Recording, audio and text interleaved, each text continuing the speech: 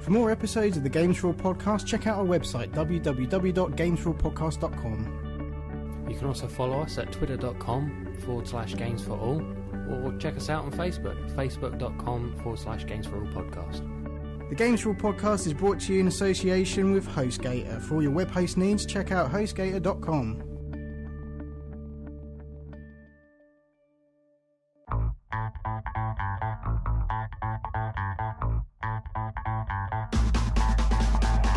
Hello and welcome to the Games4all podcast, episode 90. I'm your host James Craigie and I'm joined as always by the very phlegmy Michelle Barry. Yeah, you're not very well, are you? No. No, but you're carrying on like a trooper.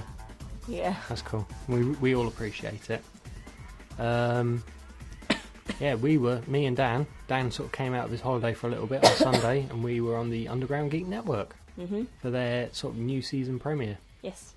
And I was fast asleep in the other room. Yeah, you were fast asleep in the other room. We were really surprised we didn't wake you up because we were just laughing. And it's not that I didn't want to take part.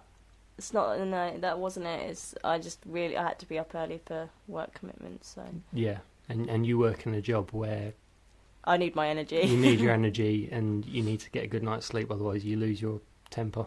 Yes, because it's very stressful. I don't envy you. Yeah, but no. So we were on the season 2 premiere, kind of Valentine's Day special. Yeah, and you gave something away. yeah. But doesn't matter. We didn't think you'd my listen. gain. Yeah. But no. So definitely listen to that. It's a great episode. Really funny. Most of the laughs come from us. I think it's kind of gutting though because, I mean, we listened to their podcast. Yeah. And I think you and Dan are the only ones that really have spoken to any of them. And I've actually, I think I've heard them quite a lot on the podcast. Yeah. And I think I've only ever spoken to Aaron, and that's once. Yeah, and that was last week, and that was a barrel of laughs. That was such a depressing show. Yeah. So to everybody listening to this week's show, it is much more uplifting, full of good news, full of good vibes. Apart from Michelle dying in the corner. But she's got a cup of tea. We're all geared up, so let's get started. What have we been playing?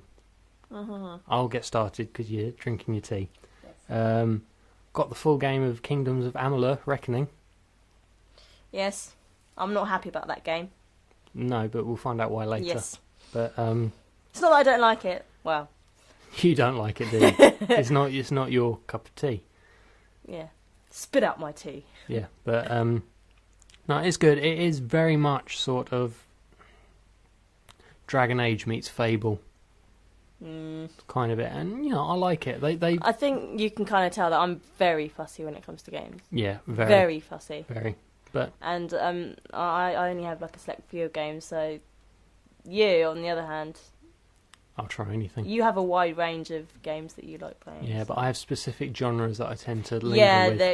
I've noticed that. But which kind of it sort of tells in what I've been playing this week. But yeah, Kingdoms of Amalur, really enjoying it. It's quite a big game. There's so much to do, so many little side quests and everything, and it sort of feels that epic in scope, even though it's not an open world game. But it's pretty grand in scale. The areas, although they are sort of air quotes corridors, they're pretty large and pretty wide, and there's a lot to do and a lot to explore. And it takes ages to get to certain places, and you do need the fast travel, otherwise it could just take you hours and hours and hours just running around all over the place. But I like it. It's one of those sort of deep, immersive games, and it has kind of like spatterings of old school RPGs and stuff like I used to play back in the late 90s on the PC. So I really, really like it. I'm going to be playing a lot more of it, I imagine. Yeah. But one thing that kind of distracted me... What, today? Today and yesterday. The Mass Effect 3 demo. Woo! Oh. I'll comment, it's not that bad, is it? Oh, well, it looks really, really good, but, I wouldn't... It does. I'm amazed by it. Like, the story is amazing. The voice acting is fully up to quality. I love how they've... sort of with the design and the levelling system and the music and all sorts of it, they've said that they wanted to try and bring it sort of halfway back to Mass Effect 1. And they've done that. They've kind of found the middle ground between the two and then gone straight up. Because, it is amazing. Couple of little faults. Not so much faults in the demo. But after all, it is a demo. Still not too keen on the animations. Why? I don't know. They've just kind of rejigged the animations and they don't move like they did in the other two games. It's kind of, because I'm so used to them, because I've played them so recently, I kind of noticed... To me, it looked the same, to be honest. I didn't see any...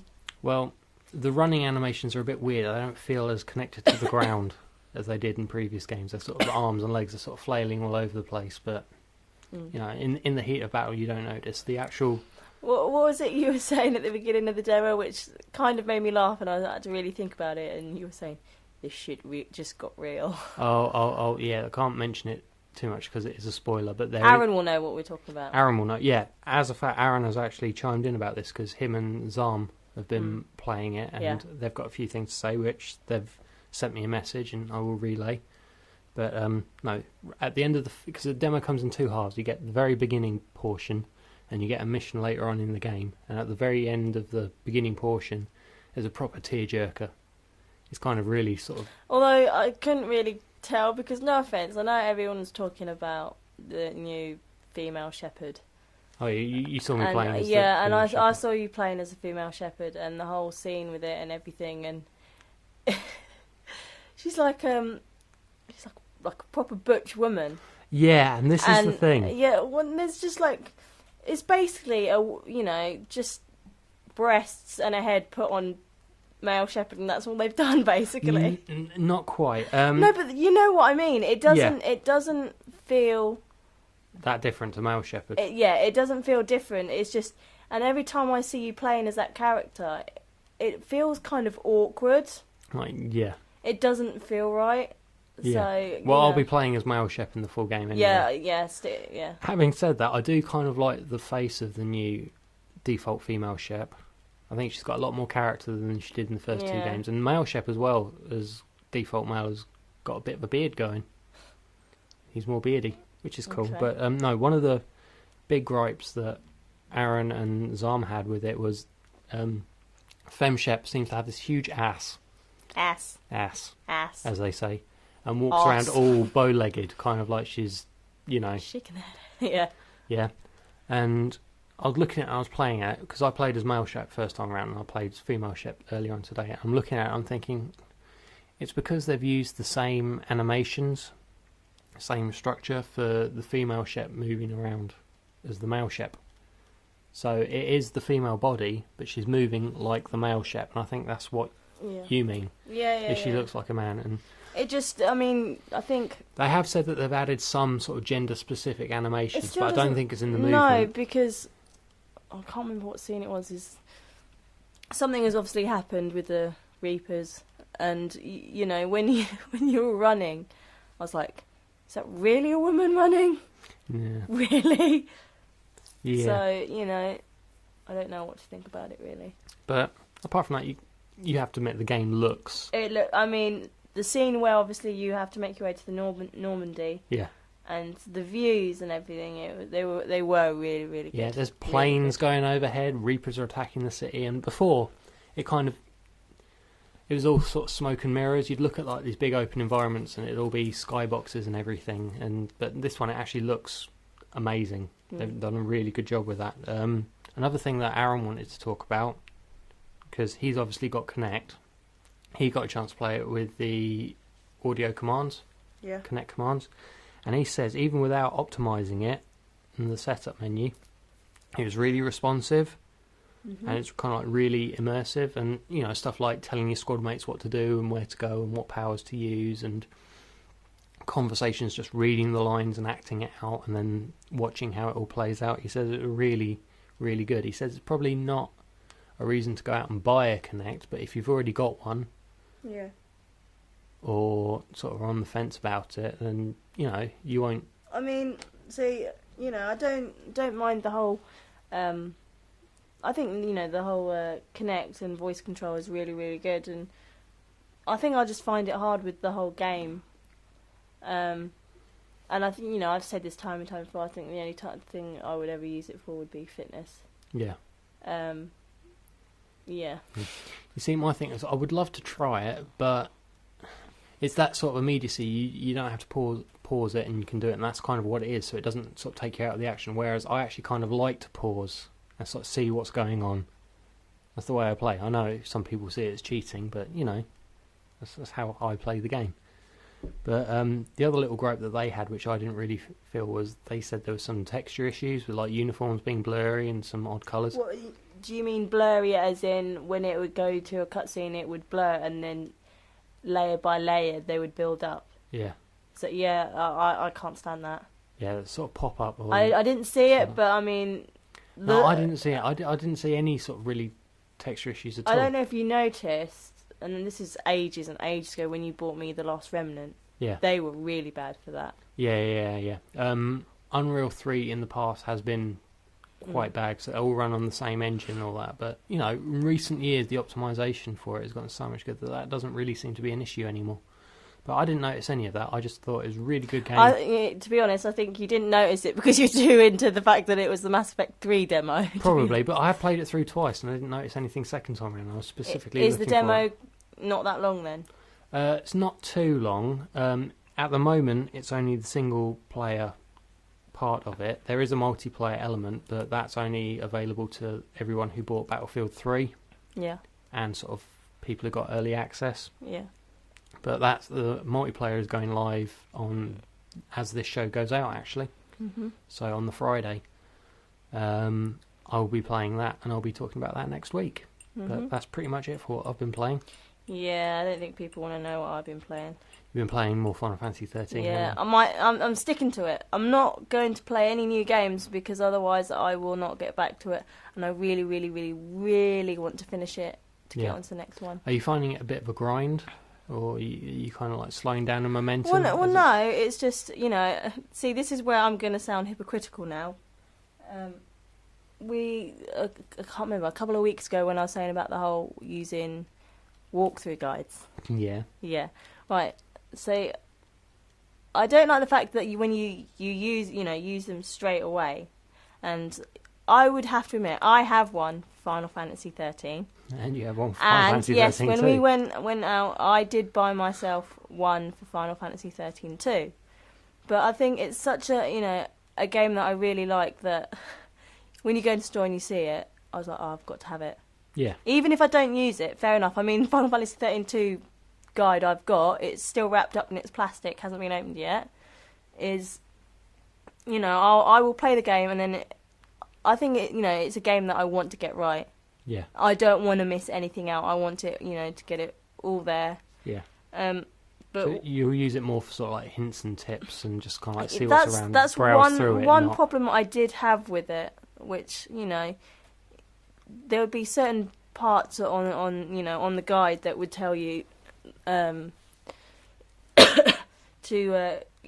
like you're using certain paradigms when you're against a certain monster or creature, and it tell you the best things to do, and I'll do them, and it would stay on there like it would be a relatively easy match if from what it's told you to do, like using dual casting or tide turn or whatever you have to do, using status elements and etc. But it was like you'd say it would be a relatively easy match. Yeah. Whatever that sound was. Sorry. This battle took... I can't remember what battle it was, but this battle, I got really hacked off with it because I spent so much time with my health going down, I had to heal back up like every 5 seconds. And then you have to switch paradigms again. This battle took me near enough half an hour, and I was getting so pissed off with it. And I was like, easy! You call that easy? But, I think,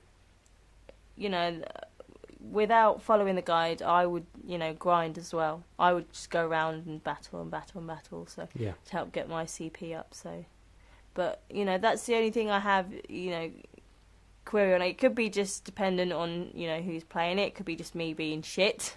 No, I don't think it's you being shit. I just don't think. I think because you've been following the guide, you've been doing it as you've been reading it and not spending enough time kind of going around fighting and. No. This is what I'm saying. I am going around and grinding and doing battles. And, you know, I'm not just going, want to get straight through it. I want to do it properly. But this is what I'm saying. It tells me, you know, exactly what to do to make it an easy battle. And it wasn't fucking easy. It took me half an hour. And I had to stop. Well, we'll have to see how you get on with that next week. Yes, because I'll be playing it as soon as we finish. Yeah. Have you been playing anything else? No. Then I think that is a good place to wrap up. Join us in part 2 where we'll be talking about this week's news.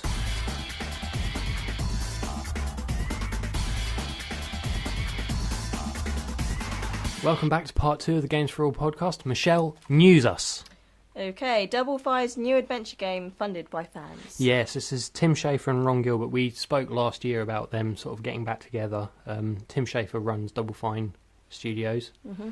They've created games like Stacking and Brutal Legend and Costume Quest and, you know, various other sort of quirky, really cool games. Tim Schafer and Ron Gilbert made the original Monkey Island games. So they have a pedigree with like point and click adventures, and they've said now that they're going to do a point and click adventure, but they want the fans to fund it. If you want it, then please donate. So they did it via Kickstarter donations, where they sort of set up the page and fans can donate the money to that, and then so on and so forth. And they set a $400,000 budget, which was smashed in the first 8 hours. Okay. And last reported was they had reached over $1 million. Okay. Within like 24 hours, breaking all Kickstarter records for money raised. And, you know, you can continue donating until March the 13th. So this game could be quite a lot bigger than they were expecting it to be. But, you know, it's Tim Schafer, Ron Gilbert, adventure gaming legends, doing another point-and-click adventure. Everybody wants this. There are a lot of Monkey Island fans, me included. I will probably be donating a little bit before March 13th when I get paid. So, because I really want to see this game. Really exciting stuff. And we'll keep everybody posted as we hear more. Next story. Next story. Mass Effect Infiltrator announced for iOS devices. Yes, this is the spin-off, kind of a side bit, Mass Effect. They had one before for Mass Effect 2, Galaxies. It was kind of like a top-down shooter with the accelerometer. Oh, yeah. It wasn't that great. But, you know, with the advent of, like, Dead Space on the iPad, how good that looked and how well that controlled, I think they're kind of going for that again with Mass Effect. They've only shown, like, 3 screenshots, but it looks really, really good. It obviously, like sort of the multiplayer and everything, goes towards this Galaxy at War. So things you do in this app, you can import into your main game for Mass Effect 3, and that will affect the story. Yeah. But it's completely optional, you don't need to do it. Apparently you will be freeing prisoners from a hostile Cerberus base. I'm guessing you'll be infiltrating it, hence the name. So, like from the screenshots, it looks like Mass Effect. It looks really, really good. Sort of graphically, so we don't know how it will play, whether it will be on rails or whether it will be like sort of Dead Space. I'm hoping it will be like Dead Space because, you know, the technology's obviously there. And if I had a good enough iOS device, I'd probably get this, but I don't, so no. Next story. Okay, next story. Journey rumoured to be releasing in March. Yes, Journey. This is the new game from that game company, the people who did Flow and Flower, your favourite game. Oh, yeah. This is the one where you play the little guy who runs through the desert trying to get to the mountain. Yeah. Was supposed to, initially was supposed to come out December last year, but then got pushed back to second quarter this year. However, Game Informer magazine, they've done like a preview of it, and they've said that it should be on your radar as it approaches its March release date, which is first quarter. So whether that's happening or not, we don't know. I'd certainly like to see it, because it's one I'm going to pick up as soon as possible. Cough it up. Yep. So anyway, that's good. That's good news. See? I told you, this show's better already. Already happier. Alright, so the next story, Xbox 720 rumoured to have touchscreen controller. Yes, this is a report from Xbox World magazine saying that they're kind of going the way of the Wii U. It's going to be like a HD touchscreen controller with the buttons and stuff around the side. You'll be able to use it as like a TV remote. You'll be able to interact with games with it and have like menus. Yeah, I'd have to buttons see and about stuff. that. You see, I really like the idea because if Dan was here, he would tell you, I've had this idea of this sort of thing for donkey's years. I've been saying they should do a controller with a screen on it. I know this might sound silly, and fair enough with what you're thinking, but I personally think that if you go too far into trying to be like the Wii U, you're going to lose people.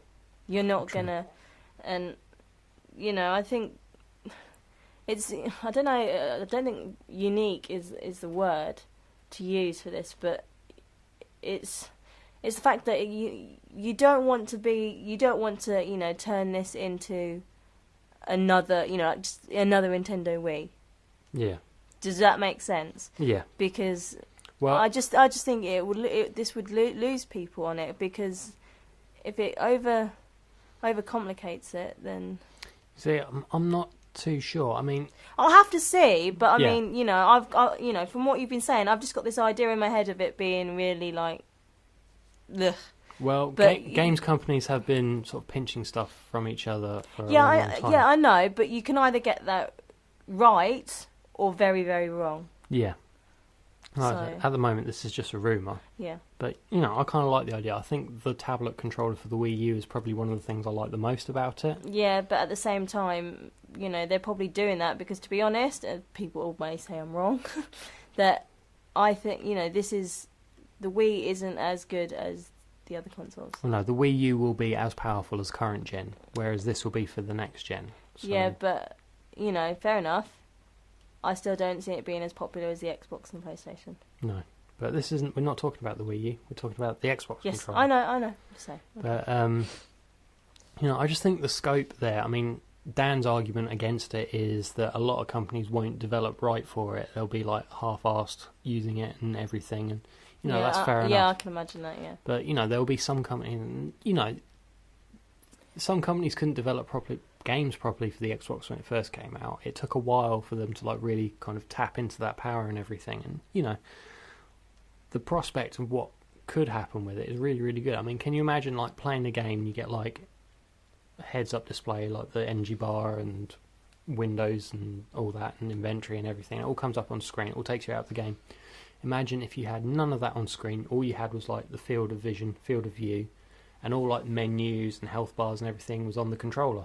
Yeah. That to me is really, really good. And plus they've said that's likely going to have the thing where you can switch it off at the Xbox and carry on playing on the controller. Mm-hmm. Turn it into a portable, take it with you. I don't know if it's going to happen. It's going to be... If it does, I would like it. I think that will be sometime yet, though. Yeah, obviously. Yeah. But they've also gone on to say that the next system will heavily integrate Kinect, creating augmented reality, directional sound, and 4-player finger tracking Kinect use. Okay. In your living room. So kind of everything that we wanted the Kinect to be first time round should hopefully be happening with the next one. Anyway, we have another story. Yes, the last story, Metal Gear Solid 5 predicted for 2014. Yes, this is a Japanese investment analyst company, Nomura Securities. Kind of just doing the numbers. Yeah, I mean, I think I came across this on Twitter. Yeah, this is your story. So, yeah, I thought it was good enough to put in there. It completely passed me by, but no, I'm glad you... No, I mean, I think I just read it wrong. I thought, I was thinking, what? Really? Yeah, but they've said it makes sense, financial sense, for it to come out within Konami's 2014 fiscal year, which is anywhere between April 2013 and March 2014. No industry sources, no gaming insiders, nothing to confirm this, but, I think Metal Gear Solid is probably Konami's biggest cash cow. Yeah. And this makes sense. It might just be stating the obvious, but, maybe now somebody said it, and this has been quite widely reported. This will spread like wildfire. This will Yeah, now, yeah. and already hyping up the game. So as soon as it is announced, but everybody's going to be. At the minute, it is only just speculation. Yeah, absolute speculation. Right, just to get that across. But it's one of those things which is kind of a well, duh, sort of thing. Well, you never know. You might get these people going, oh, okay, you know, and like, oh, yeah, but people get excited. They got excited like that over Resident Evil 6. Really? Yeah. Okay. People love Resident Evil 6. You don't seem to understand this. People absolutely. Well, I can be, wet their knickers, scream like girls, love Resident Evil 6. Carry on. Okay. That's pretty much it. But we do have one little story. Breaking news happened within the last couple of hours. The big Assassin's Creed game scheduled for which they said is definitely releasing this year, is confirmed as Assassin's Creed 3. That is what it is, and it is coming on the 30th of October. Mm-hmm. So it's less than a year after Revelations. Yes. They've said this isn't going to be a quick hurry thing. This game has been in development now for 3 years. Yeah. Still no details on what consoles it's going to be on, but chances are I think it might be one of the Wii U's launch titles, because that's coming out around about October-ish. Okay. And they have said that there will be an Assassin's Creed game on the Wii U, so I'm guessing Xbox, PlayStation, Wii U, probably most likely. Mm-hmm. PC sometime later, because that's what normally happens. Yeah. And I think that is it for the news. Yes. See? Happy, cheery news. Yes. No depressing news. No depressing news. Only one Mass Effect, story in there. I don't do Mass Effect stories every week. Anyway, join us in part 3 where we go through this week's UK sales chart and this week's release.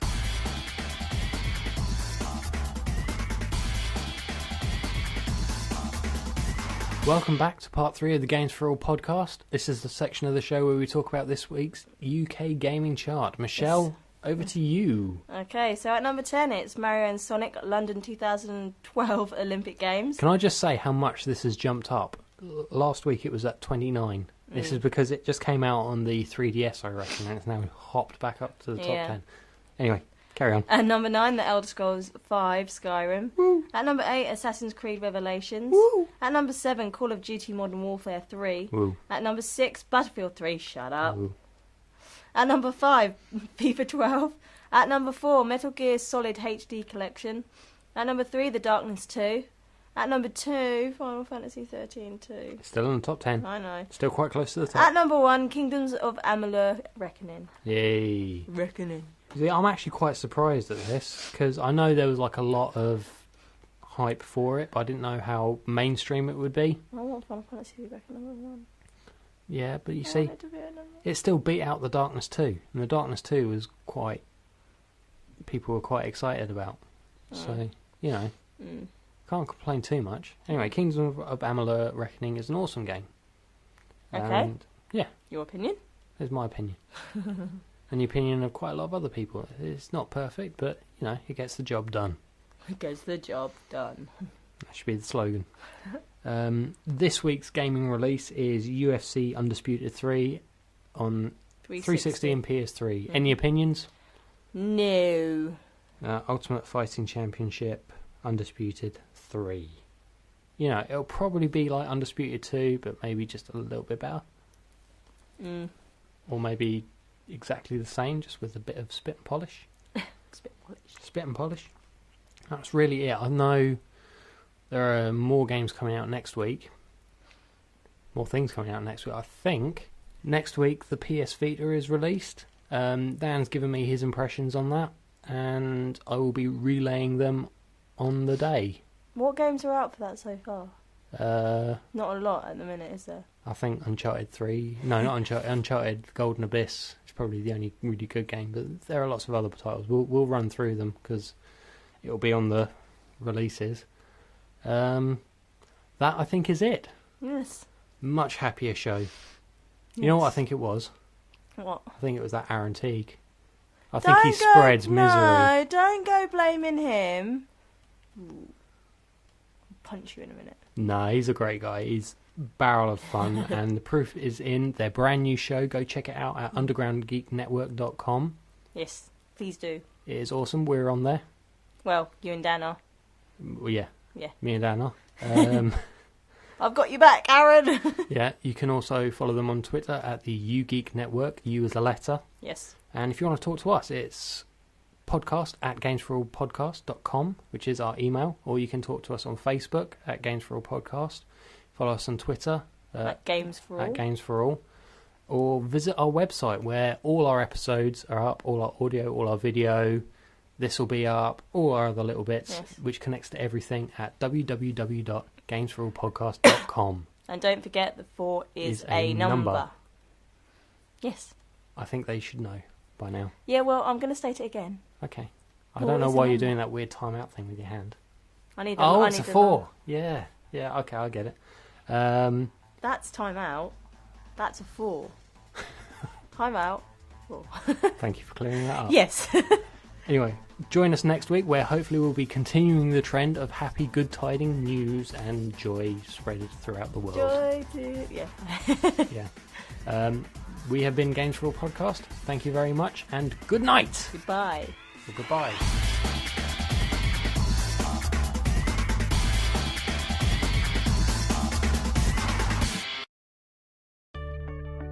For more episodes of the Games4all podcast, check out our website www.games4allpodcast.com. You can also follow us at twitter.com/Games4all or check us out on Facebook, facebook.com/Games4all Podcast. The Games4all podcast is brought to you in association with HostGator. For all your web host needs, check out hostgator.com.